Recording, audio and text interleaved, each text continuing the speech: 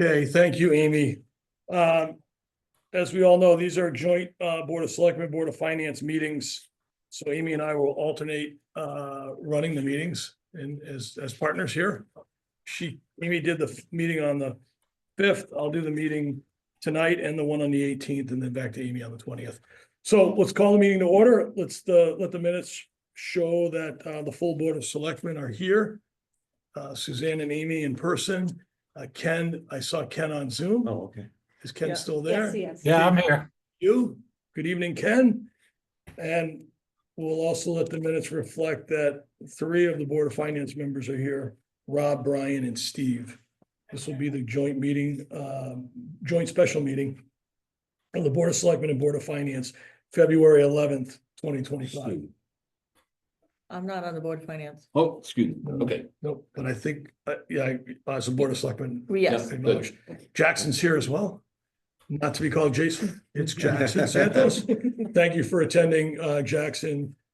We appreciate you being with us tonight. So with that, I guess we'll move to citizens' comments.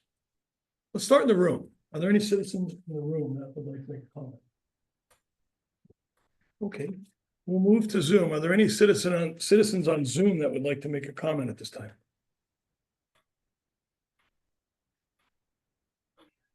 Okay, seeing none, we'll move on to budget presentations. Oh, Valerie Clark raised her hand.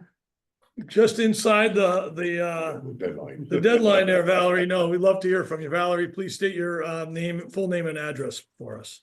Valerie Clark, Road, and I wanted to say that, excuse me, this is relative to the last meeting, and I really would, as I did last year, encourage the Board of Finance when they're considering the budget to not consider making slashing cuts to the fire departments, please. Thank you. Thank you, Valerie. Any other citizen on Zoom that would like to make a comment? Okay, seeing none, we'll move on to the budget presentations. And it looks like first up is elections and registrations. Mr. McGarry, floor is yours. Thank you. Whoever said freedom is not free could have been talking about elections with early voting. In 2024, we had presidential primary, state primary, presidential election, and a budget referendum. 4. How many days do you think the polls were open for those 4 events? Anybody? A guess? How many days did we had to open the polls? 6 months. 48. 60. 31. 40. Very close. 29. 29 days the polls were. 4 early voting days plus presidential primary, 7 early voting days plus state primary, and 14 early voting days plus general election adds up to 28, plus 1 for the budget referendum, 29. Not free. Much more expensive than we would typically spend in the past, but that was then and this is now. It looks to me, Bill, correct me if I'm wrong, that you've estimated enough financing for a municipal election and 3 referendums. Correct. Okay.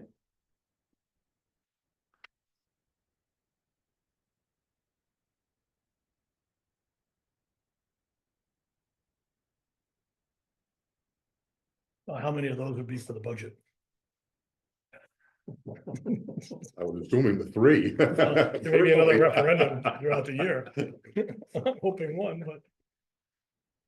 Yeah. We just feel that's the right balance. Obviously, we think don't that's know, been so we gotta pick. Over the years, 3 referendums per year.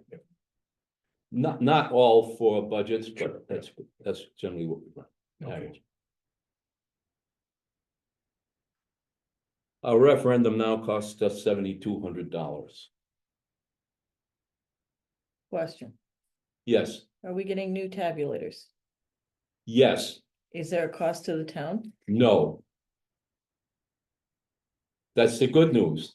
The bad news is I knew there was bad news. we had 3 grants to offset some of the costs of early voting. The governor doesn't have early voting subsidies in his budget this year. And the legislature shows no inclination to cut down the number of early voting days for this one election that we will have. We still have 14 early voting days plus the election day for municipal offices in November.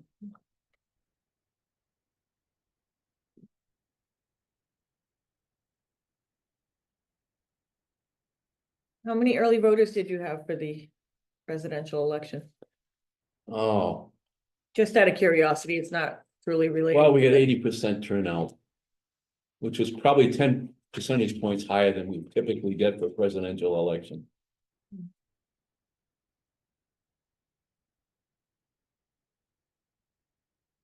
For early voting? No, total. Total number, Total right, turnout, Percent, 80%. 80%. So you can say 10% of our voters were probably taking advantage of early voting where perhaps they would not have otherwise.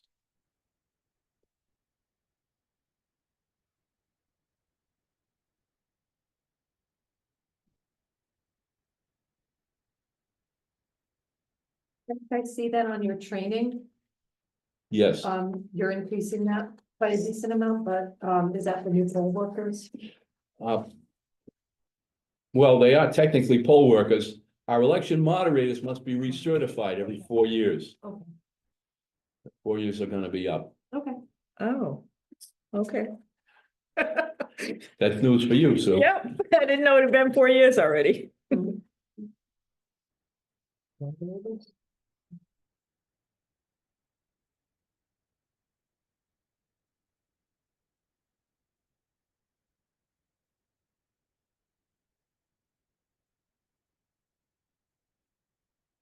Any other questions? Travel. Going up from 140 to 500. I'm supposed to go into Hartford for that training, No, we bring Hartford here. pay for that, Oh, yes. okay. For the mileage? No, the tuition. That's not, Right. that's not travel. Right. Yeah. Because the year before you spent $1,200. What's- See, that's the projection. I'm wondering if there's more travel to come before the end of this year, and that's why it's just lower.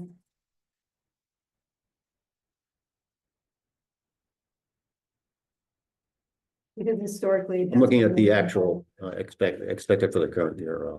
Mhm.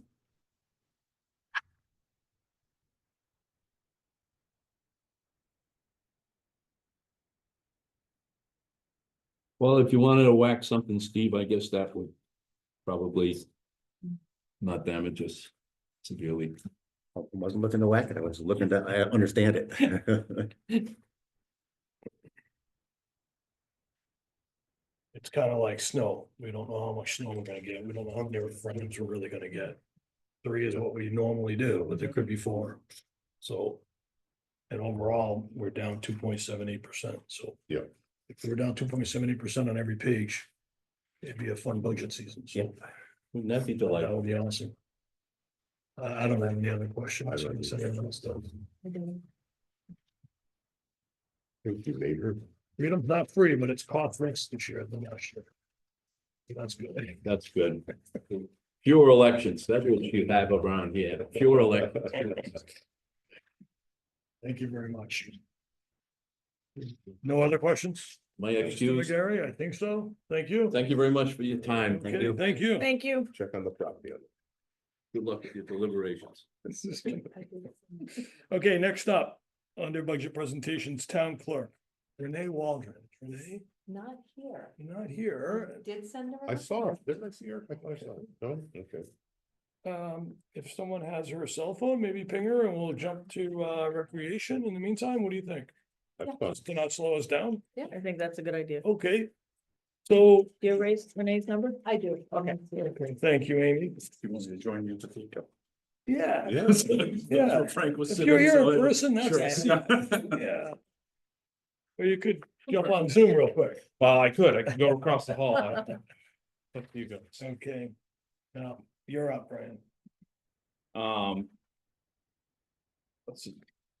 I had like a small PowerPoint slide, which Amy, it's not a big deal if we can't pull it up because it's just text and it's nothing, Did you send it to I me? emailed it to you, but if it's, Does it look?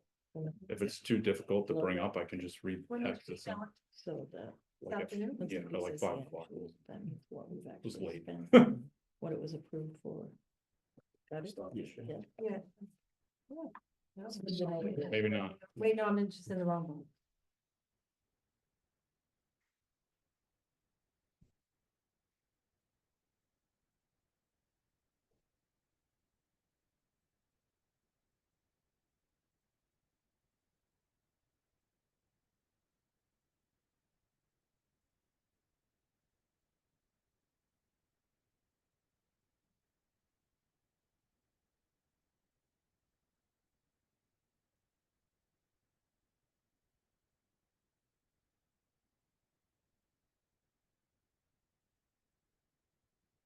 Maybe before we jump in, just for, some housekeeping, sorry, Brian. Yeah. I had, prepared, I reviewed the minutes, but I don't see that on the agenda. Was that, are we gonna do that all at the end? All four Um, You can meetings? do a regular meeting. I think your regular meeting, each board will approve the minutes separately. I middle, think our that's what we regular- did last year. Okay, Dowdy I'm fine, can I'm correct fine me with if I'm that. wrong. I just didn't know if it was. That's an how we've kind of oversight. done it in the past too, was at the regular Board of Finance meeting, was Yeah, approved the the minutes. past has only been 1 year that we've done this, so I didn't really. Oh, have- I know, no, I meant in previous years though, Yeah. Yeah, we've done the budget workshop. budget workshops and then at the regular. Yeah. Review the, approve the minutes at the regular. meeting. I'm fine with that. Yeah. Just wanted to make sure we didn't miss something that we needed to catch up. Doesn't mean we can't. Know if it makes a Okay. difference, right? It's a new way of doing it. You want to go into presentation mode? That little cake down at the bottom there on the stand. Don't get too excited. It's very brief. Left, No, left, no. left. Next one. This one? No, wrong one. It's there. Thank you. It's not working. Oh. There it goes. All right, this is just kind of like state of the rec department, 4-slide brief thing, so highlights for participation from 2024, we had 2,700 total registrations across 48 unique programs, so this is almost exactly what we had in 2023, so 2022 were COVID recovery years. I think 23, 24, we've kind of fully recovered. And this is kind of where we've been the last couple of years, which I think pretty good participation across all programs, still adding new programs, trying new things, trying to offer new things to people. Some of the highlights out of the participants. So 123 families utilized the Thompson Adventure Camp last year. That's not all on one day. We average between 60 and 80 on any particular day, but families have the option of enrolling for a day, a week, or the whole summer. So in total, 123 families attended camp last year. 65 families have utilized the Purely Rec before and after school program this school year, before program and after school program. Again, not 65 kids every day, but in total. So those are our two kind of biggest programs, and the ones I really think are important to the families in Thompson, working families, provides a good service. One that we've kind of tried to keep the cost down, which was we have not raised prices over the last 2 years for these programs, despite the increase in minimum wage and so on. So I think we're providing a valuable service for families with these two programs and keeping costs as minimal as possible. And I'm really happy with the way these are going. Out of those 2,700 registrations, majority, of course, are children. So 1,044 registrations were under the age of 20 years old. The second biggest demographic for registrations was over 60. So we're seeing a lot of seniors using the recreation programs, and we're starting to offer more and more senior programming and trying to keep those types of programs as low cost as possible for our senior residents. Is the registration an individual, a family? Is it this is an one-time use, or do you, sorry?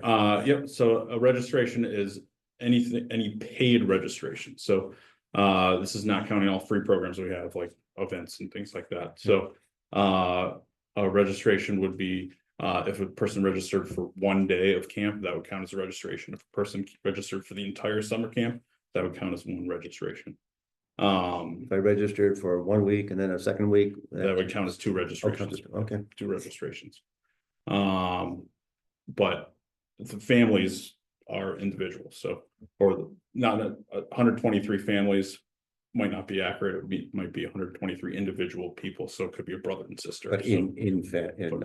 different families represented. Right. Thank you. But different students are Gotcha. represented as 123. So to said differently, if everybody registered 3 times, there would be 900 unique registrations. Those 2,700 could be multiple. Right, so those 2,700 registrations are not unique. The That's 48 programs are. Yeah, I got it. Yeah.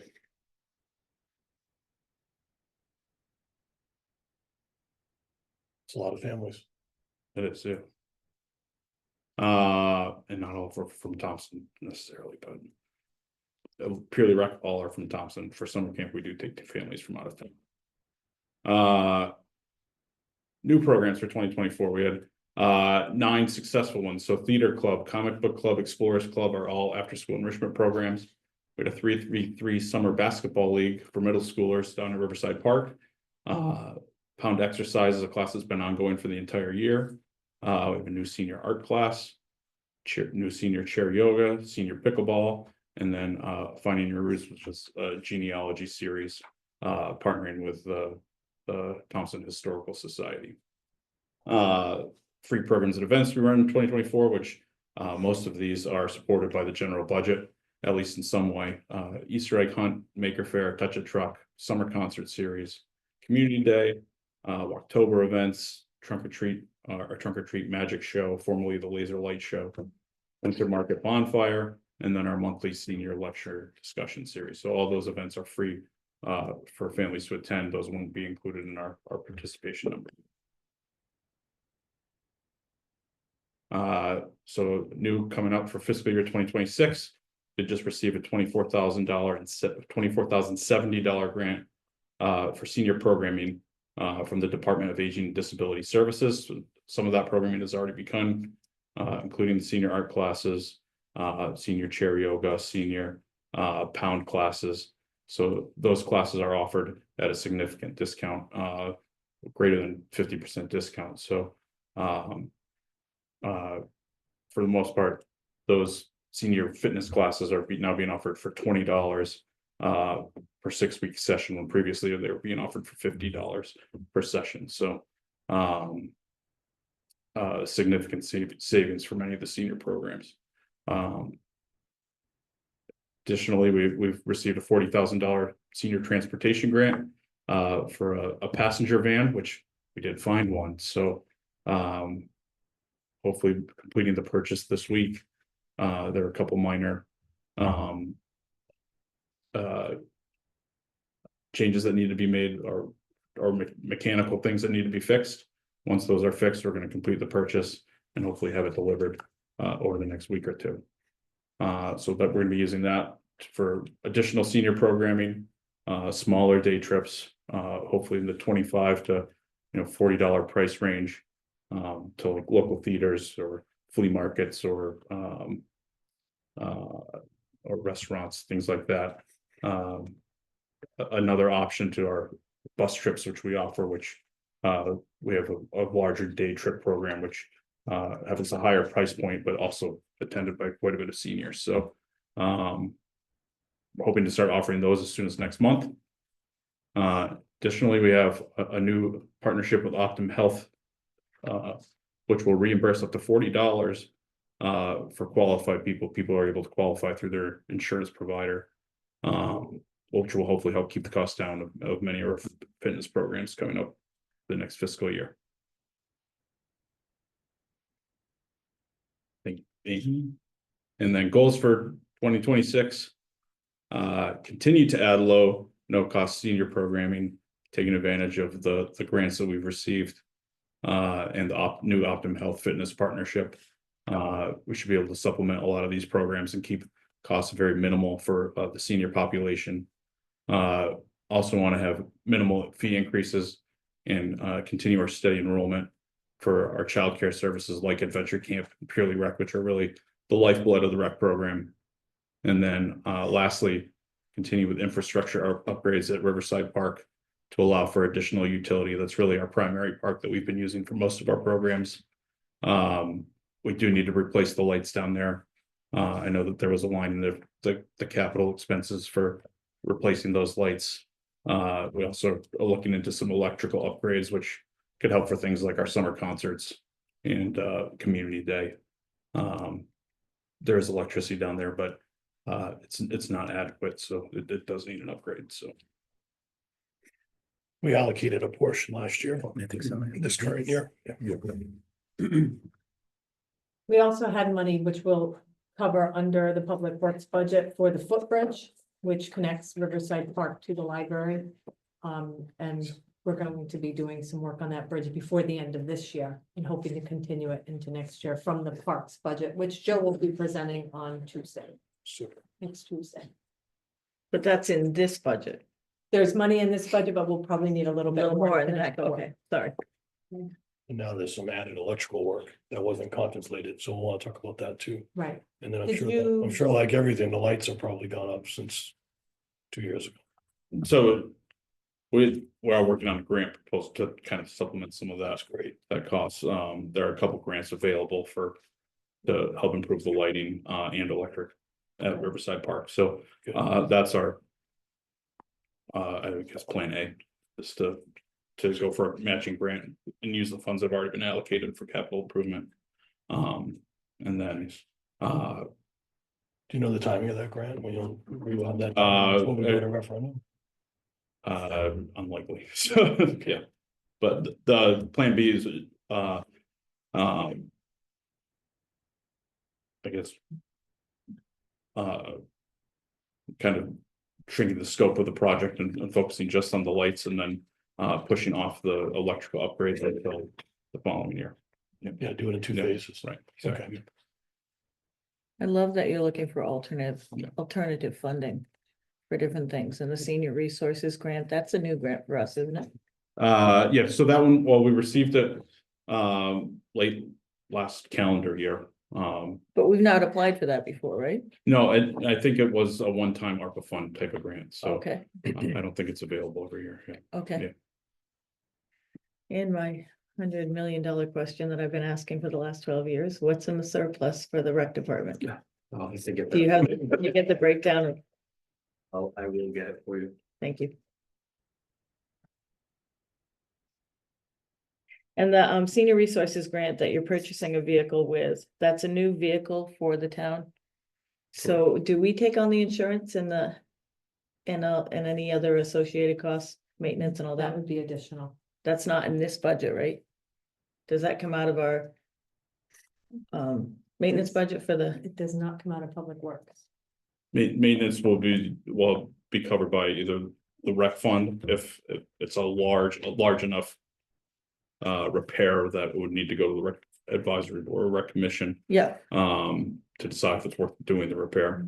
But general maintenance like fuel costs and oil changes, things like that will be paid for through the tickets sold through.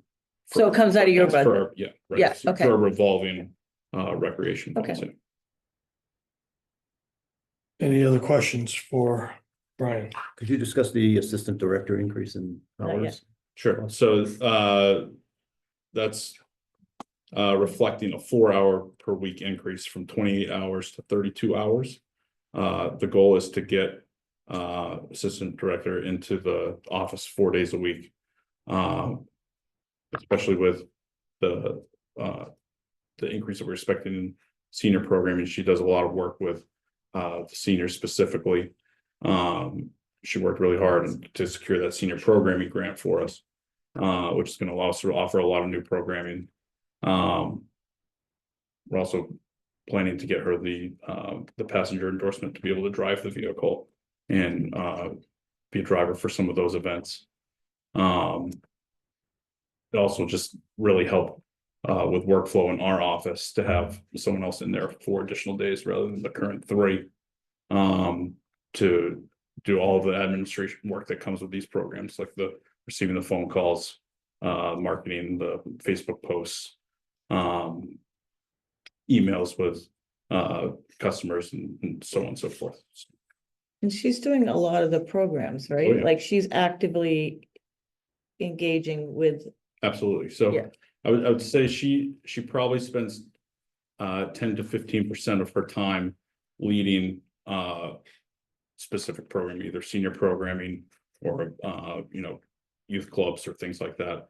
And then a lot of the time the administrative work that supports it. So a lot of the marketing, Facebook. yeah, she's and doing a things like lot. that. Right, yeah, exactly. Yeah.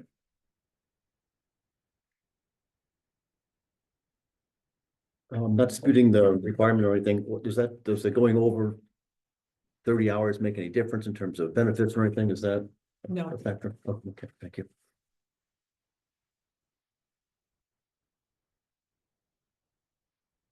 Ken, anything on your end? For Brian?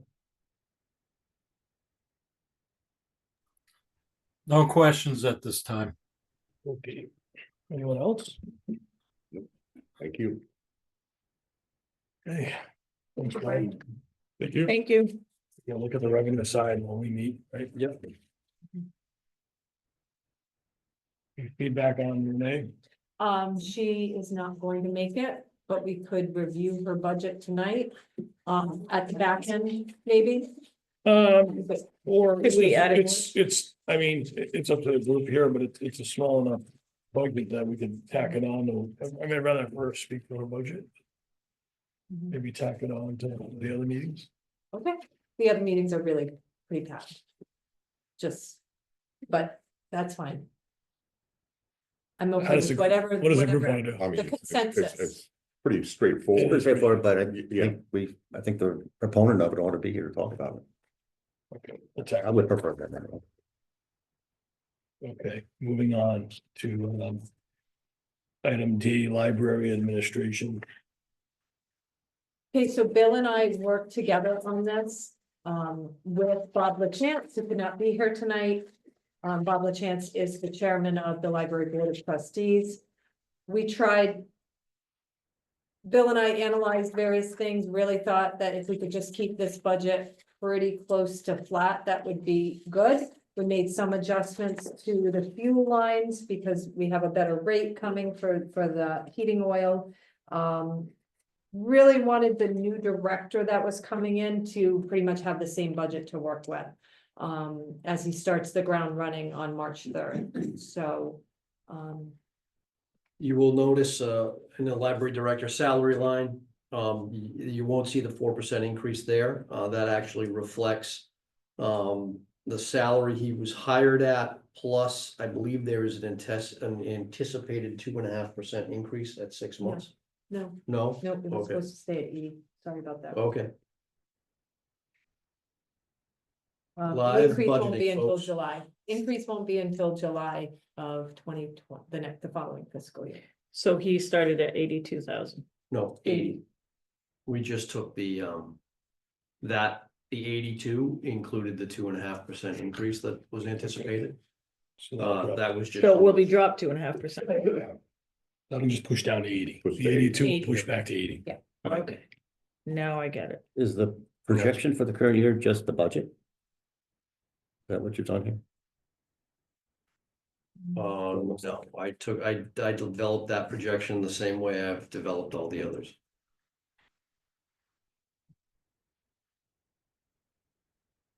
As imperfect as it may be. No, it's gotta be a guesstimate, I understand. Right.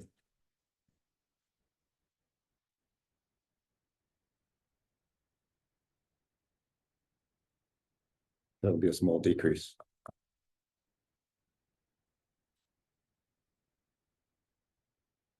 be a smaller increase. Mm. I'm So- comparing it to Well, minus the $2 budget or grand. to the expected, I think we're going down in that category. Oh, I thought you were talking about overall. Oh, no, I'm sorry.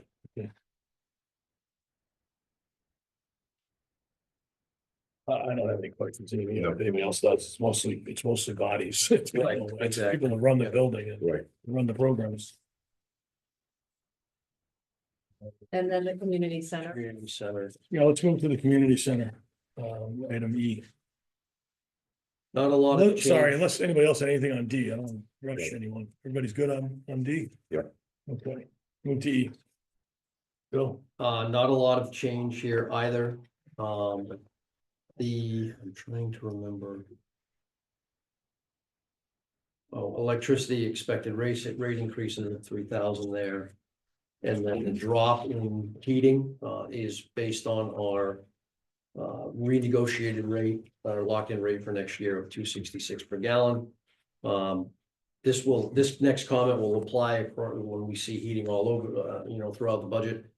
This is the third, I think, consecutive year where we've been able to drive down our per gallon oil cost by locking in ahead of time. It's something that Bill Birch, Amy and I sort of monitor throughout the year. So that it helps us out a little bit. We typically budget for the same quantity at the current rate, and we're down to $2.66 per gallon for 2026. and is that committed already, or is that Yes. still to be? That's committed already. Yep.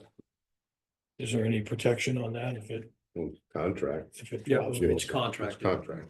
I mean, protection the other way, is there, No. it's contracted, so it can't go up, are there any clauses if it goes below a certain amount? No. No, the only other item. It's not a judgment question, it's just, No, just, understood. we're in a very interesting Sure. point in our political cycle. We don't Right. knows really where, no one can really tell you where oil is gonna go in the next 6 to 12 months. Good point. We actually locked in, it's gotta be 4 or 5 months ago. Right. It was right, I think it was actually right around the initial wave of unrest in Israel, I think is what prompted us to look at it again. Yeah. And we had an opportunity and we decided to lock in. It's sort of an informal, we call ourselves OPEC, but it's an informal little group that just keeps an eye on it. Now, the capital. Are we going over that at another time? Yes, we normally go through capital. We treat it like a budget. Okay. The- Making sure. And the electricity increase, it's already increased, are you anticipating another increase? or That's is just, this just that's not in just our run a- rate? Unfortunately, that one's a guess. We are just coming out of our last contract with Secure Energy. Yeah. And Amy and I just started negotiations with them for the next round. So we'll have a better idea, but unfortunately, we can only negotiate for supply, Mhm. not delivery. And there's obviously a lot of uncertainty there. The highest rates are paid by Connecticut in the lower 48. Only Hawaii pays more for electricity than Connecticut. I know. Is that crazy? It could keep going up, but I understand you gotta put something in because it Yep. may go up again, but. Right. Other than that, that I think really catches it. All the salaries are the normal 4%. Those are just the custodians, if I remember right. Yep. I love the notes on the side too. Yeah, we try to build on those every year. And, who's our new librarian, what's his name? Name is Jared Jacobone. Jared? Jared, yes. Has he at least gotten a look at this or no? He did. He did. He had some questions. I understand he hasn't started, but it's nice to be part of a budget rather. Did you say March 3rd? March Did 3rd. he change? Wasn't that supposed to be in Well, February? it's March 1st. Oh, I Is the official I thought he date was for starting in benefit February. purposes, et cetera, but March 3rd will be his first day. Okay, good. Good. Any Excited to questions- Any other questions on the library community center? Proposed budget. Okay, let's move on to some additional items. We'll move to probate court. Item F, Gabby Levante. Great. Everyone's Gabby. We saw you last year at this. You did, and the year before. I think you were virtual the year before. So good evening, everyone. My name is Gabby Levante. I'm the probate judge in the district. So this year's budget is actually gonna look a slight bit different than last year, just because last year we were kind of up in the air. We knew we were moving, but we didn't know where we were moving to. Well, we found a spot, and in June of last year, we moved. So what I have given you for my budget this year is every expenditure that's over $500. So we've got telephone, postage, equipment. Obviously, the big one is rent. We're locked into, we have a 5-year contract, which is, for this fiscal year, it's $3,000. And then for the fiscal year, it goes up 5% a year, so it'll be $3,150 for next year. One of the big, I consider a big expenditure item, which is brand new to the probate courts, is fiber and WebEx. So for this year, administration has mandated that all the courts have fiber. Administration oversees that contract and they send us the bill. Just the fiber portion is $400 a month. In addition, we use WebEx for our virtual hearings. And for the first time for this year, this fiscal year that we're in now, they passed that cost on to the courts. So we're now paying for WebEx in the service contract that goes with it. We went to fiber in September. And so for this fiscal year, that bill was just a shade under $5,200. So once we've got a full, year of fiber, it's gonna be $6,000 for WebEx and fiber. And that's the biggest change. Wow. Yeah. But we, the building that we're in and I don't know, we're on 84 Providence Street, right next to, H&R Block. So the building that we're in and the next building over is on the same lot. When we moved in last year, Eric Gould from Savage Systems, he was our landlord. And he sold end of September, beginning of October to Neil Patel. So he's our new landlord now, and he's been wonderful. The only issues we've really had with the physicality is that, well, the building next door to ours, I guess, it's had many versions as the building that we're in now. So there's a weird, like maybe 8-inch high concrete slab, and then there's a knee wall behind. And so parking is a little bit strange. And so Eric has indicated that once the weather clears, and the weather gets good, he plans on taking all of those out, repaving, relining, and hopefully that'll alleviate it. We have plenty of parking. It's just, don't really know where to park when you get there. So that's How many square feet is it, your space? I want to say it's about 1,800. It's a weird layout. When you drive by, I don't know, and anybody's welcome to come in. It looks like it's a tiny little building, but it keeps going in the back forever. So it's kind of misleading. It's long and narrow. So you walk in and, you walk through a door and the hearing room's right there. So it's worked out well. Okay. So that's kind of where we are. Any questions or? Thanks for coming. If any, Pretty cut and dry. we're doing the best that we can to keep our costs down, but sometimes that bites us.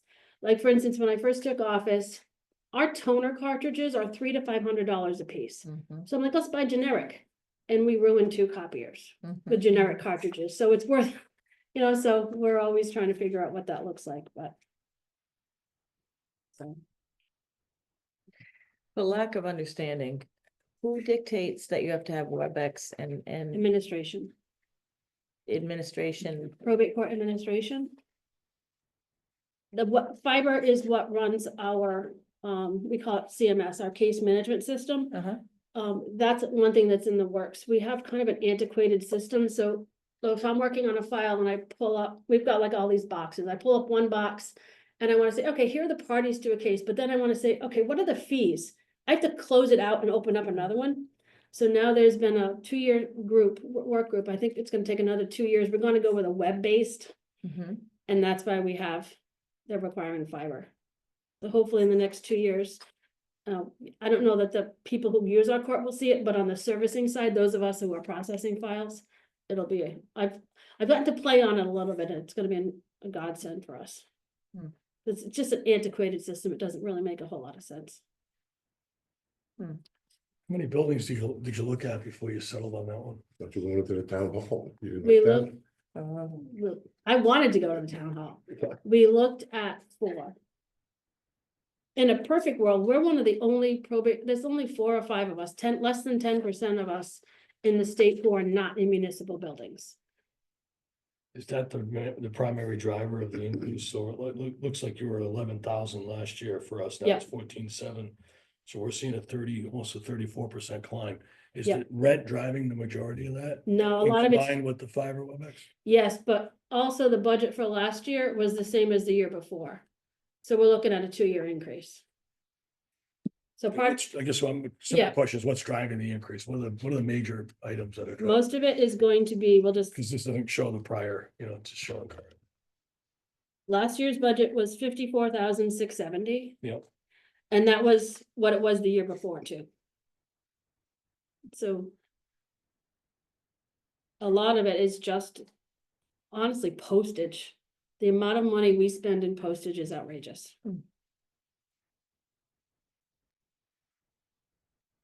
But yeah, it's hard to really compare apples and oranges, apples to apples with the rent, because where we were, it was indexed for inflation. So we didn't know what that was gonna look like. It went up 8% one year and 10% the other.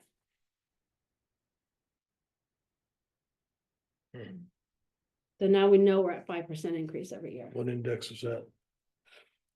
I got a letter from the landlord saying this is your new rent as of August.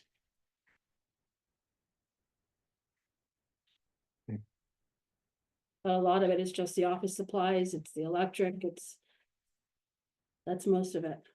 So it's everywhere. I mean, the 54 to the 72, and I get that the 54 is a Yeah. 2-year-old number, but Yeah. it's not like you could say these are the 2 things that are driving it. Everything's. No, it's kind of everything. If you take out the fiber and the WebEx, it's about a 9% increase a year.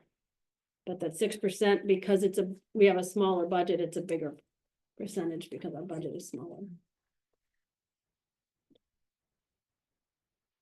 Okay, any questions? Other comments? Ken, are you good? I'm good. Okay, I'll stop asking. I'll let you jump in. Now, if there's any questions, or if you realize in a week or 2 you have more, just give me a buzz. Shy. No, don't be shy. Thank I'm you. certainly. not. Thank you, Gabby. Thank you. Nice to see you. Okay, next up, item G, Access Agency. Is Kathleen here? She is. Kathleen, step up. All right, thank you so much, very much. Thank you, Amy, for inviting me. Yeah, absolutely. I love coming here. So my name is Kathleen. I work at Access Community Action Agency. Does that make sense to everybody, or should I say a little bit more? It makes sense Makes to you. sense to me. Okay, great. Yeah. So every year, thank you for inviting us to come here and talk to you, ask you, answer questions that you might have about your town allocation. We ask for $1,000 every year to serve the community.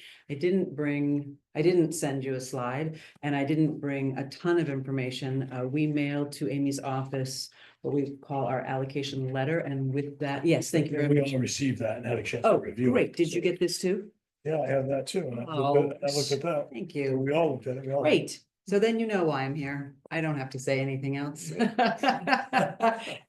Pointing out your total household served, I think, is always an important thing for people to pay attention to.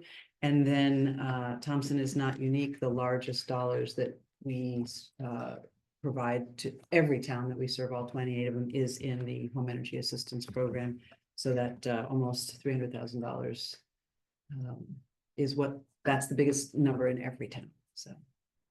Any questions? I also brought for you to have, and I think we mail it to you also, Amy, our annual report. It's also online if you care. And then just a new piece of information about a new program that we're providing in the region, which is our Housing Education and Counseling Center, helping low to moderate income people get into homes. So out of the rental market and into honest to goodness, equity building, home ownership. Nice. That's right. Yeah. And how many towns do you serve? I see Willimantic and Danielson on the bottom, and you're here in Thompson. Right, so Willimantic and Danielson are our two administrative office locations, but we serve all 28 towns in Tolland and Wyndham counties. Yep. So the northeast corner. Kathleen, is Access Agency still operating the no freeze shelter? It is. How has that been this year? And how is the homeless situation? Is it still growing? Is it? Looking at my partners in the community here. So it's not going away. Thank you. Well said. So last year, so these are some truths and there's no point in not being honest, right? So last year we had to close our cold weather shelter a little early, 2 weeks earlier than we would traditionally have, quite honestly, because of no other word, shenanigans in the shelter. There was a blind spot in our shelter, a room that was not open to the entirety. And we, because of overflow, which speaks to some of the need, we're putting people in that, in like an enclosured area. Well, that didn't work out very well. So we had to close our shelter. That is the only way we could figure out how to end the shenanigans. And then in the interim, between last winter and this winter, we opened that room up. So now the entire shelter is one giant room. So that helps with eyes on the situation. We have been open since December.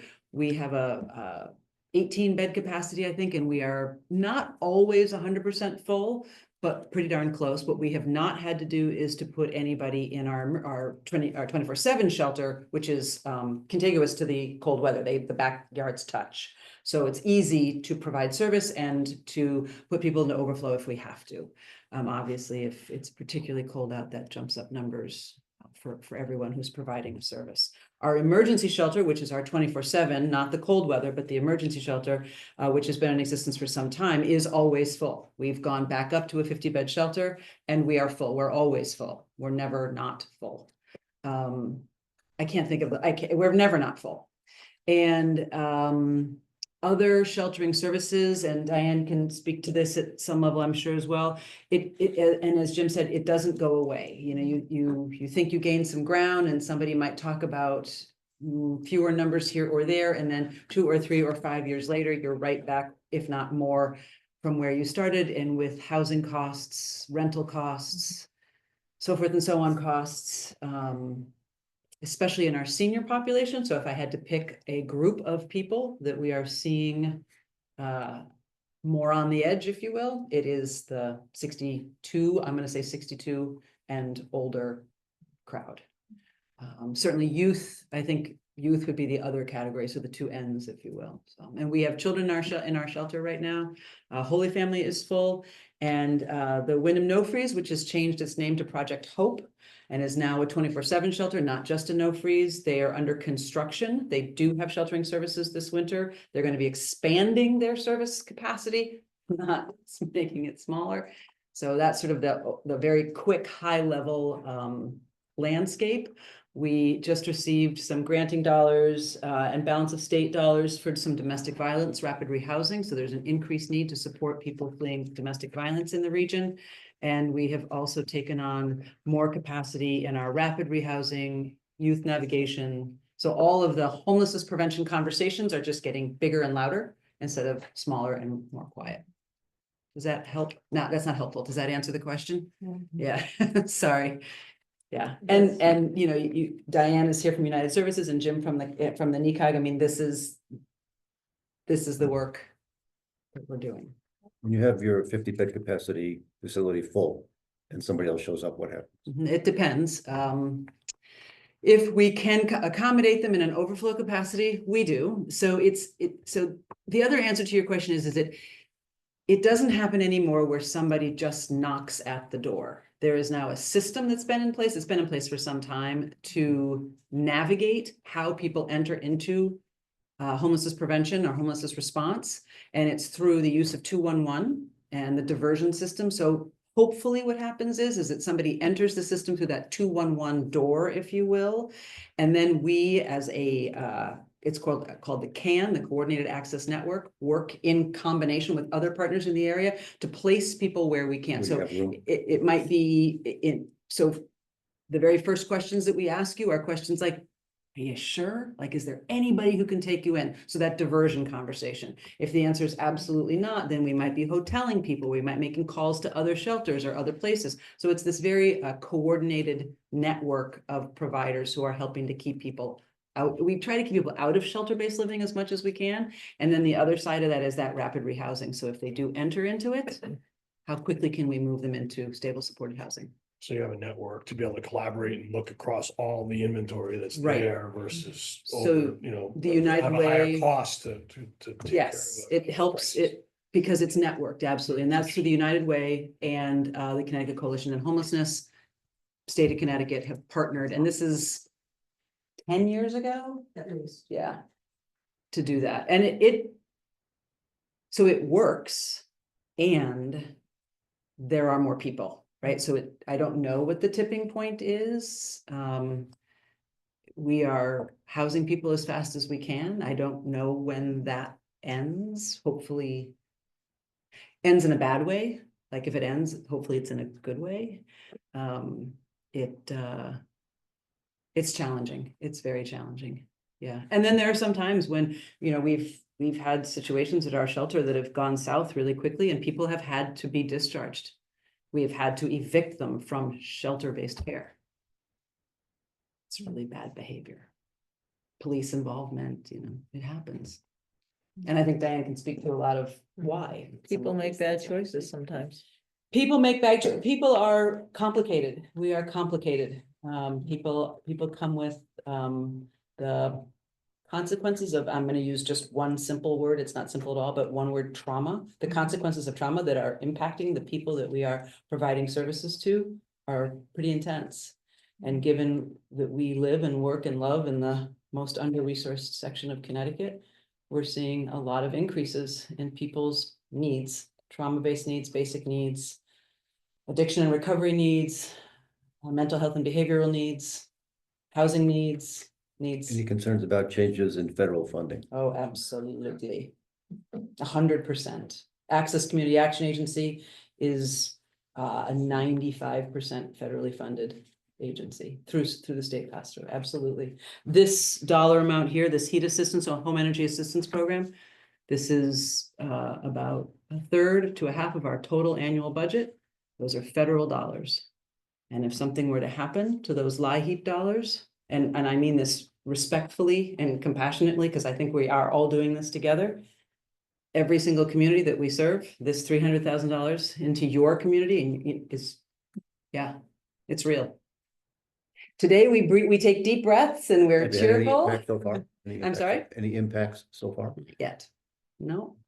We listen for the right words. We listen for CSBG, we listen for LIHEAP, we listen for the letters that remind us of the work that we do and the way it's funded, and we haven't heard those yet. So, but yes, thank you for asking. It's very real. Yeah. You'll know. I hope not. I hope I never have to call you and tell you any of that. Any other questions? Thank you for asking great questions. I appreciate it. Do you have any questions? No. Nope. Oh, Okay. my God. Okay. All right. Thank you. We are always here. Amy knows how to reach me quickly. If there's anything that's in your community that you feel needs immediate attention from us, thank you for reaching out. Thank you, Kathleen. Thank Yeah. you. Thank you. Meeting you. Yeah, and you. Did you have I'm something, having Susan? issues with my email and printing. So can I get a copy printed of the attachments? Yeah. Absolutely. I'll give you what I have. Okay, next, next up is Yeah, United Services. even Hey, Rob, Diane? Rob, Ken is talking. Oh, sorry, Ken. Go no, ahead. not a problem. I've got to drop off. I will try and get back hopefully before the meeting ends. Okay. All right. We'll note that, Ken, dropping off at 6:55. Let us know when you get back in. Sometimes it's hard to know if you're Yeah, here. I'll try and do my best. All right, thanks, guys. Ken. Diane Manning. Yes. Diane Manning. Hi, Diane. Hi. I don't need this. Oh, you don't She need that? needs a copy. Oh, okay, yeah, okay. It's for you. Hi, Diane. Hi, Welcome. Diane Manning. I'm president and CEO of United Services and most years, I guess, to present to you. You have our letter. Yes. My letter, that includes our request. We do a per capita request. And we did raise it this year from 72 to 75 cents per resident. We hadn't changed it in 14 years. 15 seemed like a time to think about a tiny little move. And that just has to do with the fact that we are absolutely inundated with service requests. So in the back, of this packet, you have some information. That's a partial listing of our services. We deliberately don't include things like our domestic violence shelter, because if we said there were 3 people, everyone could start wondering who they are. And that is, of course, a free, secret, because of the safety of the individuals that we're working with. So we don't include that. But as Kathleen said, we are working with individuals with domestic violence and the homeless. I will reiterate, I actually had to sign off on the purchase of 20 tents this week. For people that we just plain could not find places to be. So we're buying tents, we're buying sometimes boots and jackets for people who are going to have to live outdoors, and be in tents. It's scary, so what we see sometimes. Again, we are the certified community behavioral health clinic. I did bring our annual report. I'll leave them here. Feel free to put them out for people, or you guys can take them, whatever. And then these are single pages with the basic services that we have. So again, it's something that you can have or you can share. And this is our crisis response brochure. And if you look at the numbers that are here, one of the areas that you'll see that adult outpatient and addiction recovery is a traditional outpatient treatment. But one of the things the community behavioral health clinic does, the certified clinic does, is we are responsible for responding 24/7 to mental health and substance abuse emergencies in the community and connecting people to care, including medical care. So the crisis response services, the first one, mobile crisis, we are available 24/7. So we have trained clinicians that will go out in response to an individual calling us, a family member. Lately, we get a lot of physicians calling us saying, I have a patient that I'm seeing that I'm really worried about because they haven't shown up. Somebody needs to go out and do a wellness check, not a police wellness check, but somebody needs to go out because we think they're not able to follow the medical care that they need. And so we're kind of going out and assessing that as well as their mental health status. So 14 individuals, 75 unique responses to those 14 individuals. Forensic services, we also work with the police departments in the area, with Troop D and all of the local police departments. If Thompson has a resident state trooper, we would be working with them. We typically do not go out if there's a police call and nobody knows what's going on, because we're frankly likely to be collateral damage and get in the way of the police response. So what they typically do is assess the scene and say, this isn't a legal issue. This is somebody who has some issues, and frequently it's the same people that call over and over again. But somebody needs to get in here and look at what the social issues are that are getting in the way, whether it's interpersonal, and not necessarily domestic violence. It can be individuals that don't get along with their next door neighbors, or that have family members where there's not domestic violence, but it's not a good situation. But we also see people who are hoarding. We see people who are so depressed that they're not eating or they're not caring for themselves. We are frequently seeing older individuals who have nobody that's looking out for them. And then the neighbor says, I haven't seen them in like 2 weeks. And the police go out, they realize they're not going to arrest the person.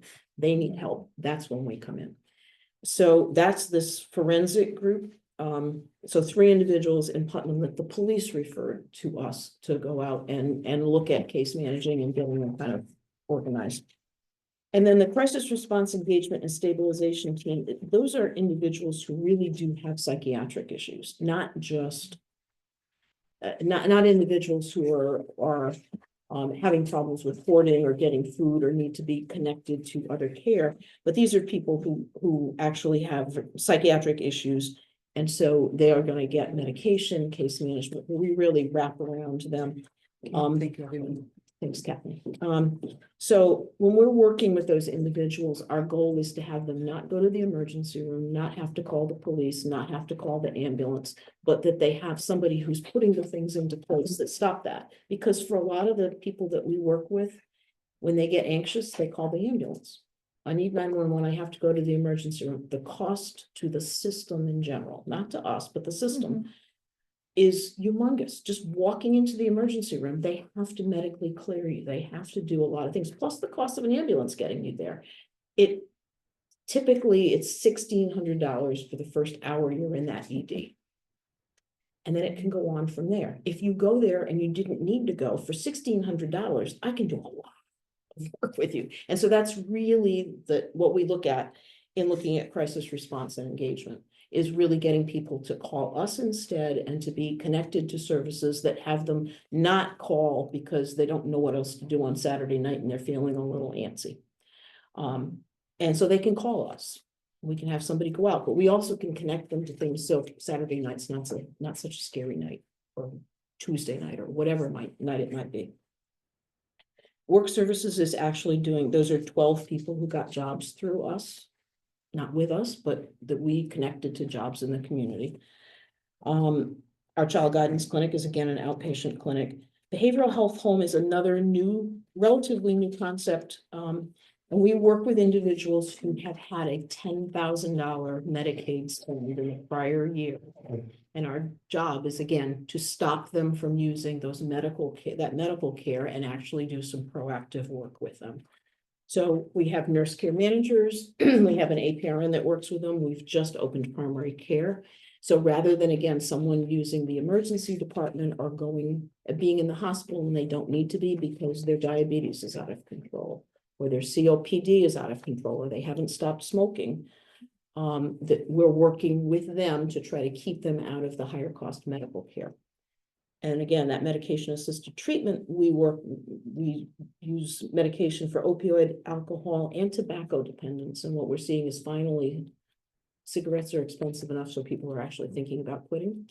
So we're there to help with using the medications that will help with that, but also therapy and other supports to get people healthier. And that also keeps them out of the emergency department if I can stop them from getting COPD. So jail diversion, those individuals are people who live in Putnam who have managed to get themselves arrested and shown up at the Danielson courthouse for arraignment. And at arraignment time, the judge says, this is not worth sending somebody to jail if they will agree to get treatment or care. And so that's when we come in. So 8 individuals that were diverted from the jail system and out into the community with required treatment. So you can see that they're getting 242 contacts. They're getting a lot of contacts with us and a lot of work to keep them out of the, again, very expensive jail system where they don't need to be. And then the rest of it, parenting support, is in-home work. Those are 12-a-week sessions where there's an individual in the home with parents who are struggling with sometimes just the chaos in the home. And so that we can work with individuals around doing chore charts and doing appropriate ways of training children. I mean, we have parents that have kids get hurt because the kids are running around and they're running into the edges of tables. And so we can go in and help them. And that's one of the things we actually use some of the town money for, is to put in the barriers, the cabinet locks, to put in bumpers on the corners, those things that families don't have. And they can't buy with food stamps and they can't buy with what little money they have. But again, it makes the child safe. And so we're in there trying to help with that. They can't use their money for it. That's what we use these kinds of dollars for, things like that as well. And then recovery pathways is what you would call case management. We have a specialized group that works with the elderly. I have 2 case managers. They have 30 people on their caseload. We have 173 people on the wait list right now. It is the number of seniors who are struggling with managing their housing, managing to get food based on the cost of food compared to their Social Security coming in, et cetera, is really high. And so that's a state-funded program. They were gonna cut us to one person. I've done a lot of begging, and at least the contract I have right now still has 2 staff in it, but I'm not guaranteeing. And then I just do want to point out, when we say the total services provided, that 133 people is unduplicated. If you add up the numbers above, it is significantly more than 133. So 133 unique individuals in the town of Thompson receives these services. Question? So it is Thompson, not Putnam, because you had Thompson. referenced Putnam several times. Is it, Did I these say are Thompson numbers? I'm Yeah. sorry, this is Okay. Thompson. Well, These are Thompson numbers, right? Okay, Edith no, I'm Wilson. just I'm checking, sorry. because I got confused. I'm so, It's okay. I know where I am, I think. We figured it out. We figured it. No, this is definitely you guys. I had more of a question for Bill, if I could. No increase in 14 years is remarkable, and then you ask for an increase, it's like, it's, I actually did your math here, it's. Yeah, but it's, 4.1% over 15 years. Bill, on our line item, it looks significantly more than that. Yeah. That just, So Uh, last nice. year, we had funded a portion of the support From somewhere through the else. National Opioid Settlement Fund. I So remember that removes it from Yeah, the yeah, budget. because Oh, that's a right. place that we could use that. We could do I that understand. because of the services I that got they it, provide. okay. Mhm. That and- explains the delta. And we could do the same again this year. Yeah. For these discussions, we've left the total amounts. Matter of fact, that's why Keith's number down below is still yellow. Amy and I were talking about it today. I got it. So Totally get it. That's Yeah, it. I remember this same discussion, because Yeah. that was a place that it qualified to Right. be Yes. allocated to. Mhm. I don't have any questions. Anyone else? Nope. Any other questions? Thank you. No? So out of these services that you're providing right here, are they fee for services, some of them, or are they? The only thing that's fee for service is the outpatient programs. The So the outpatient. adult outpatient and the child guidance clinic, everything else is provided based on grant funding or donations. Okay, Anyone else? No. Diane, thank you. And thank you for everything. Thank you. Oh, you're welcome. thank you. Thank you for inviting me. And I know I'm in. Okay, next up is NECOG, Jim. Hi, Thanks, Jonas. everybody. You're a popular guy. You've got 3 Oh. J and K. See if we can do more for you there. We can turn that into 10 things if you wanted to. I have a sheet here. I'm sorry for the small print and the colors. Reduce the small print. I Right, ended Bill? up, you can pass this Bill, around. right? I ended up trying to get it printed out at 5 o'clock tonight and I waited till the last minute. Can't do everything that way. Thank you. There should be enough for everybody. There's some. Not that bad. But so let me start from the beginning. I'm the new guy. John Filchek has probably been before you at other times. But I'm not new to NECOG really, or to the municipal world, so. I'll just start at my municipal experience. I started out on a building committee in Pomfret 20-something years ago. Next thing you know, I'm on the Board of Finance. Next thing you know, I'm the first selectman, and the selectmen, and then the planning and zoning. Somewhere in there, I ended up in Wyndham as the town manager for 7+ years. Had a bunch of my businesses and real estate and other private sector jobs in between all of that, 3 times in the military, and ended up with an MBA from Rensselaer somewhere after about 20 years of going to school. So I've in parallel done a lot of different things, but I've sat in your seat many times. And I know what you're going through. So my first 5 months at NECOG has been interesting. John is, I would say, the reciprocal of me in personality. Maybe background too. He's a planning background. I'm a business background, and it's not necessarily much in common there, I'll tell you. I'm looking at a lot of things. I'm certainly looking at a lot of the finances of the organization and the personnel of the organization. John was more of a planner, report writer, big thinker, legislator kind of guy. I can do that stuff too, but I'm really in there getting into the meat and potatoes of what we do. And we are bigger than we used to be, much bigger. I was once the chairman of, when I was first selectman in Pomfret, I was the chairman of that organization. And I signed the checks over there for about 7 years. So I had a pretty good idea what I was walking into over there. I knew everybody. Talking about not raising rates for a long time, I think NECOG didn't raise the assessment on the towns for 10 years straight, which is a formula for less people at NECOG. So there are empty seats over there, because over the years, if you don't raise rates on it, you're gonna get empty seats. I mean, it's just mathematics. So we do get a lot of our funding from a lot of different sources. One is the assessments and fees that we charge the towns for the various services, and you can see, good idea. Not all of them are there, by the way. We have a regional revaluation program, and we do serve towns outside our region, which are part of some of these programs as well. We've expanded animal control is now 20 towns plus the 2 casinos and the naval base, and it's just a bunch of different things for animal control. Revaluation goes outside our group into Lisbon and Franklin, a few other towns, Griswold. So we're expanding, but I'm looking at everything, and I'm looking at the finances. So what I did this year is put a 2.7% increase on all of our services, essentially, just to get started, because I knew I'd have to give raises to the people I have. I think down the road, what I am going to do is probably assess towns outside of NECOG like a base fee for not being part of NECOG, because sometimes a program doesn't do well in a year, and we're taking your assessment money or regional grants that come to us for our region, and we supplement the programs. That's what the money is for. And sometimes you're supplementing programs for towns outside of NECOG. So I don't think that's fair. So I think what I'm going to do is potentially put some sort of base fee on outside towns when we're doing a program for them.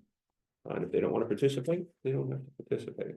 We do animal control for Norwich as an example. I gave them the bad news that we're going to increase their rate substantially more than everybody else. Because when we look at it, and I can parse out Norwich because they have their own dog pound, it's costing us more than it's worth doing. So it's either you can take it or leave it. We'll be good. We'll leave. Okay. So I'm looking at everything like that. I know that's a little cutthroat, but it's got things have to pay for itself. You guys go through this every year, and we gotta do sharpen our pencils a little bit more. So what we do for Thompson, you're not in a lot of the programs. You're in the paramedic program, which, by the way, the numbers on this chart are not the right numbers. He has not given me the official word yet what they are, but I've heard unofficially it's going to $200 per transport, and it'd be about $133 because of the subsidy from Day Kimball Hospital. So keep that in mind when you're doing your budget. I have not gotten the official word, but that is the word he gave me verbally. But that's something that comes out of KB. So anticipate that. I'm sorry, 200. 200 per call transport and 133 or 34 after the Day Kimball. I think that's what it is. Okay, just roughly. Roughly, again, he hasn't given me the real number yet, but it's gonna go up, I think, around 14%. That's what comes to mind. And they had some pretty big increases the last couple of years. I'm not here for KB, but they are one of our programs that kind of runs through us. If you know KB at all, they've been an organization in transition for quite a few years. They used to be a volunteer organization many years ago. And they have been gradually going to the rest of the real world, and everybody's not working for free anymore. So I think that's part of it. And then, of course, the cost of medical supplies, the cost of just personnel in general has gone up across the board, especially for paramedics and things like that. So I think he's trying to hold the line. They're very frugal over there. Killingly is their biggest customer. You can see their call volume is much greater than everybody else. Even on a per capita basis, their call volume is against proximity, it's demographics, things like that. So they're kind of carrying the lion's share of KB, but it's the hometown. Just a quick question, Yeah, maybe for Amy. We have services through EMS. But that's BLS, so the Basic basic life life support. support, and this is ALS, advanced life Got it. support. So when you see that little paramedic vehicle, the ambulance is typically there already, and the paramedic arrives typically because. And they don't go to, they don't go to every call. No, Oh, I forgot to tell you, I was in the fire department for 10 years too, so I know enough to be dangerous there. They're Um, called when they're needed. when they're But needed. you're kind of clarifying this for the people that might listen to Yeah. this after, right? I wasn't clear, but I'm clear now. Oh, So thank you. So that's paramedic, and you're also involved in transportation. So transportation, the same question could be asked of me on the federal funding. Most of our programs are not federally funded, but the transportation piece is, and we get about 50% from federal dollars to run the buses. What I told my staff, and I told everybody else that asked the question, the other leaders, if there was some reduction in that amount from the feds or a cutoff, we wouldn't stop immediately, or eventually we'd have to make adjustments. But we have some reserves and we would keep the buses rolling. We wouldn't react or take, some kind of knee-jerk reaction because of an announcement, or we couldn't access the portal or get a reimbursement or something. Like we would be running the buses because we have reserves to do that. Now, other transit districts, they borrow money to run their transit districts until they get the reimbursement from the state and the feds because they have no reserves. So they're in a different spot than we are. So we're in pretty good shape there with transit. So it shouldn't be any interruption of service, at least if it's not a permanent reduction. And I've spoken to the DOT folks that run that division. In fact, they were in my office last week, the Bureau Chief for Transportation and the Bus Transportation Section Chief. And I asked him the question point blank, said, what do you think the risks are on transportation? That's pretty low risk. Like, it's not, doesn't seem to be a high priority for the current administration to cut transportation. So they feel pretty good about that will hold.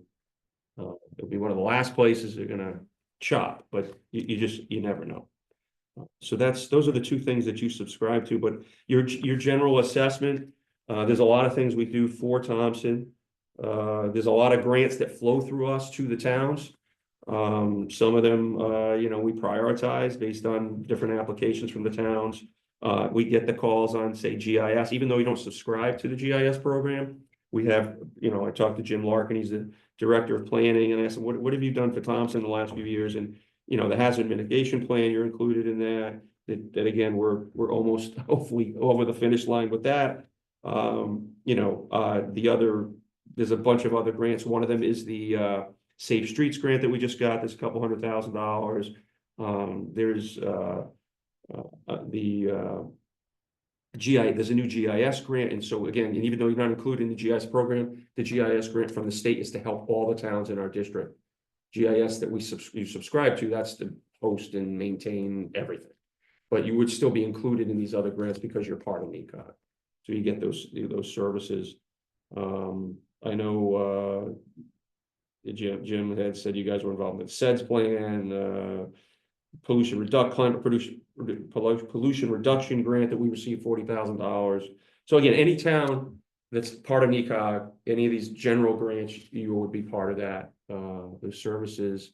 And then of course your first select person or anybody can call our office for assistance. A new program that we just, we're hiring the people. I think that press release will come out tomorrow. We're hiring 2 town administrators. 3 towns have started with a grant from the state, a pilot program for the state of Connecticut, the first of its kind. Chaplain, Pomfret, and Canterbury. It's not what it sounds like. They're not going to be the CEO of those towns. They're going to be that master's degree person on the side of the town leader, whoever, whatever they want them to do, help them with budgets, help them with long-term planning, write grants, human resource, whatever you need, and you pay a portion of that person instead of trying to pay for that person on your own as a town. So small towns, you just can't, you're not going to pay for a 6-figure person plus benefits, usually in smaller towns. Your town is pretty big. You're in that, you might want a full-timer, you might, again, depends who you have as your first selectman, but in these smaller towns, they're not going to pony up $150,000, $200,000 of benefits for administrators. So this is a way to get that access to that skill set or the times when you need it. I have 3 other towns interested in some or all of that service that we can offer there. But you'll see more of that probably in the news shortly that we're doing. Did you say Chaplain, Hampton? A Chaplain, Pomfret, and Canterbury. Hampton, I'd say, is in the on-deck circle. Brooklyn is starting a study committee And Ashford has shown some interest, after I explained to Catherine out there what it was. I think some people thought it was, they're gonna come and be a town manager. That's not what it is. I mean, you can have them do some of that stuff, but they're not gonna take the pothole calls. I thought that's what it was gonna be when I came to NECOG, but it's really more of that back room, show up at the budget season if you want, give me a long-term plan, help me with my HR policies. And that's something we've talked about, and maybe come up with a standardized HR platform for all the towns to use, so things like that, again, maybe your town admin that sits next to the selectman is not really trained or experienced in those, higher power, master's degree type of things. But maybe the selectman isn't either, and a lot of our, I think, Amy, you're the youngest, maybe in the whole group. Everybody else is probably averaging 70 years old, so they're looking at the door and they don't have much of a bench, so they're looking for continuity as well. So that town administrator might provide that continuity from cycle to cycle, especially in these small towns where they don't have, they don't have finance directors, they don't have people that they can rely on if the town leader changes it. Anyhow, I can go all night, believe me, and talk if you want, but any questions? Good. Yeah, I don't have any here. Anyone else? Any questions? Okay. Thank you for your Thanks for time, coming. and Appreciate you. good to be with all of you. It's really good to be with all of you. Love being back home. Good luck with your new job here. Yes, thanks. Okay, Where are we at? I think we're at other budgets as needed. Which I don't see any. Unless there's I anything thought I saw, that we needed to, I don't think I saw. Board of Selectmen budget in here. no, it wasn't. I do see it here. Oh. It wasn't on the agenda. But it could be as It other could be, budgets. why not? It's Like that? It's What could be? 7:25. getting late. The only one I We're thought very of efficient on the BOF. was potential, if you finished the budget, which I thought, was your Board of Finance budget and the Finance Department budget. And I see Board of Selectmen in here. Yeah, Marie usually presents You have that, board but you of, could- you have board of selectmen in here? I have it. Well, you may have it, No, it but doesn't. we don't have it. Okay, Can you see? It was included. sorry. with- Yeah, Because it's aye. NECOG was It's part aye. of. It's aye. Aye. yes, I've got it. Mother, geez. Okay, so under other budgets as needed, do we want to do the Board of Selectmen? It's definitely needed. So it fits the description. Looks pretty straightforward. So. That's right. Okay. Anyone here that could speak to that budget? Well, Marie is on, but I mean, Well, it's pretty straightforward, isn't it? It's the It 4% increase for I'm the, just looking for a Got selectman to the walk us through chamber, okay, we could go line by line. it. Maybe you don't need to go line by line. Bill, take it away. We've got the second and third selectmen salaries, Yeah. with potential 4% increase. Yeah. Annual and special town meeting, that covers mostly advertising, Mhm. legal notices, etc. Yep. Town dues and membership, you'll see NECOG was here, so the base assessment was included with that. Chamber of Commerce and the Thompson Business Association are both dues that we annually contribute to. And then, of course, CCM is still empty because the last 2 years we've not re-upped our membership with them, and I don't think it's really cost us anything. They're still out there as a voice for municipalities, but it's a voice that we don't have to pay for. Okay. And that's pretty much it. What would that cost if we were a member? When we Roughly. had dropped out, it was $5,900 a year. Yeah, and I don't think we've missed it at all. CCM. No, Am I correct? you're correct. No, but we're the only town that doesn't, right? In the No, state. there's a There's a couple. couple. There's a couple. There's not many. They still send me notifications because they would like us back. They are. but all the notifications that I would have normally got. I haven't missed out on anything. Okay. Anything else? Any other questions for selectmen budget? Okay, any other budgets as needed?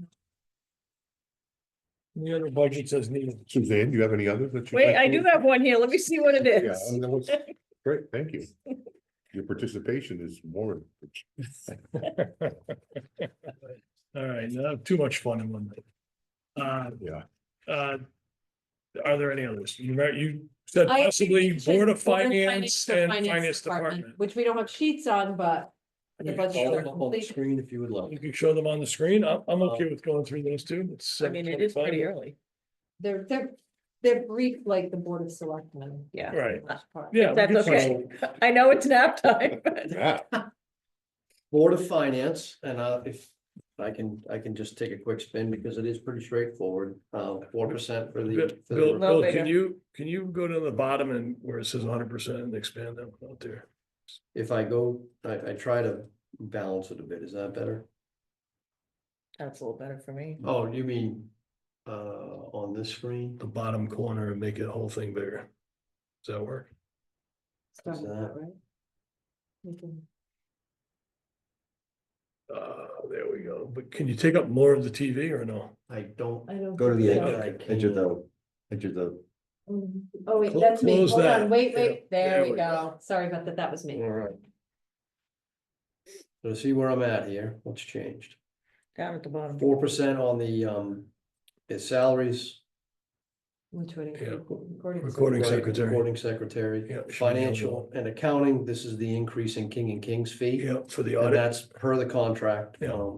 and those are the only two changes in the Board of Finance. It's still yellow because this is your budget collectively, and I didn't want to turn it green, mine's black. and Without white, so I your, can't tell. turn it green. without your consent. Yeah, we only have three here, but I mean, I'm green. We got three greens, but That's let's- right. let's- we don't have, we don't have a quorum. We're gonna so 4% raise. Yeah. We'll We'll revisit that one. Yeah, but- just go green, please, and let's move on. All right.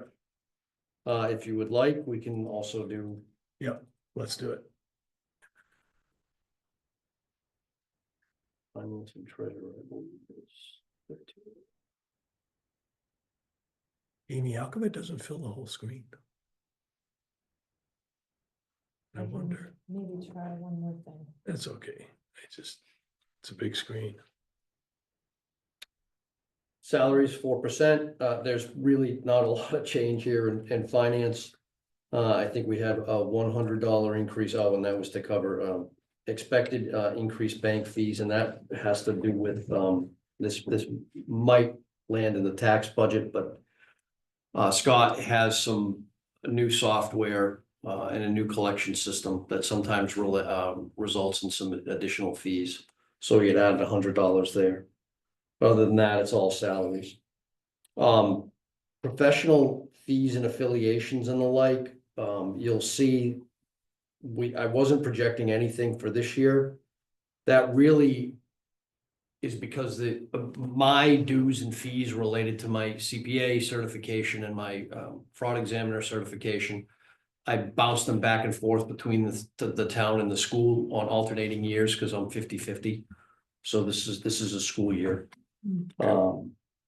So that's why there's no increase there. I'd like to keep those dollars in the budget, just in case. That I haven't shared this with Paula yet, but she has done a phenomenal job of running on a shoestring for a really long time, and there's probably some office supplies and stuff that we could.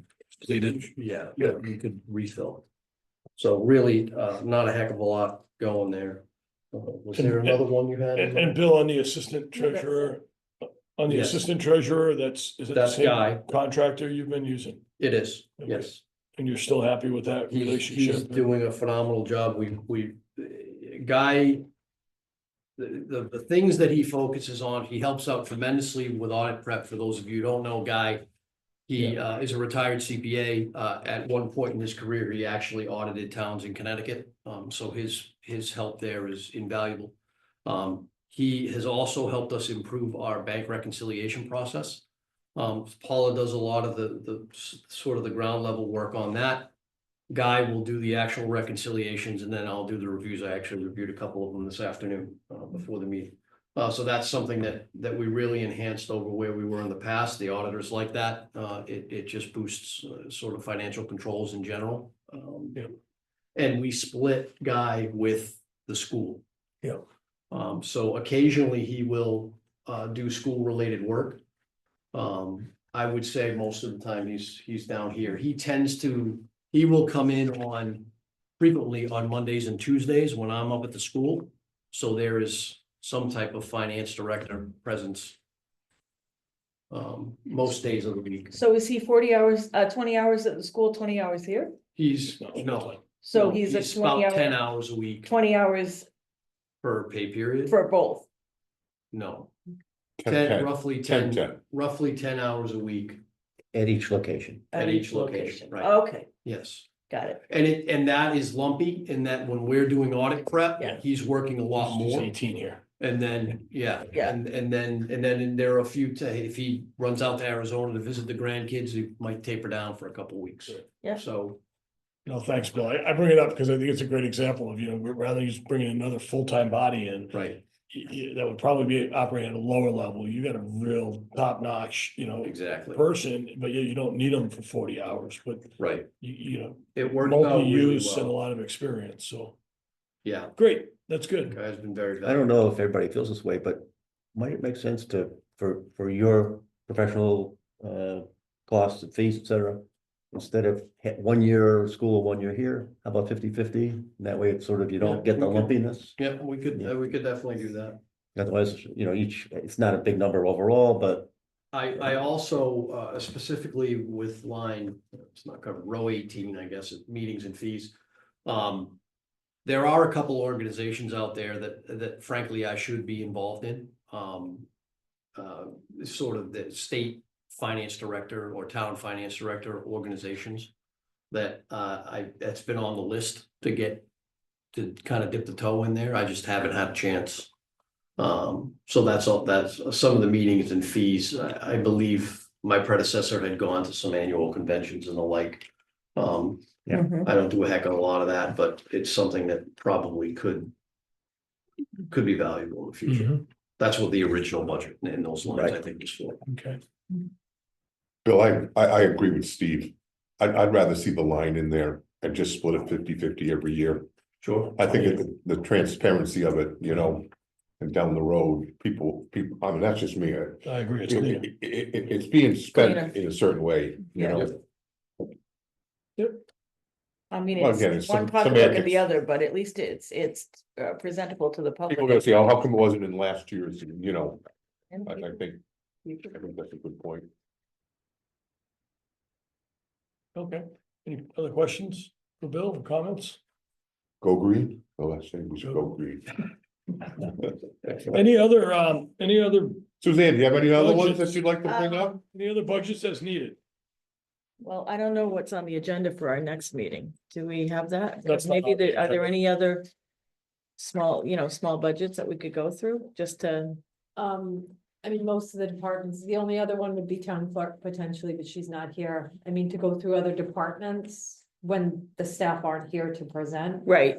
I would. No, I didn't know if there was anything, but No. town clerk, should we look at that while we're here? No. No? We can look at it. if it was $500, yeah, but we're not. Just trying to shorten the Any- nights. Right. Yeah, that's gonna be a quick one, Bill. We'll Back it on for next week. Next week's gonna be a 2-in-1 week, right? It'll be a tough week. But, we've been So there no, before. Brian, I don't think so. Okay, any other budgets as needed?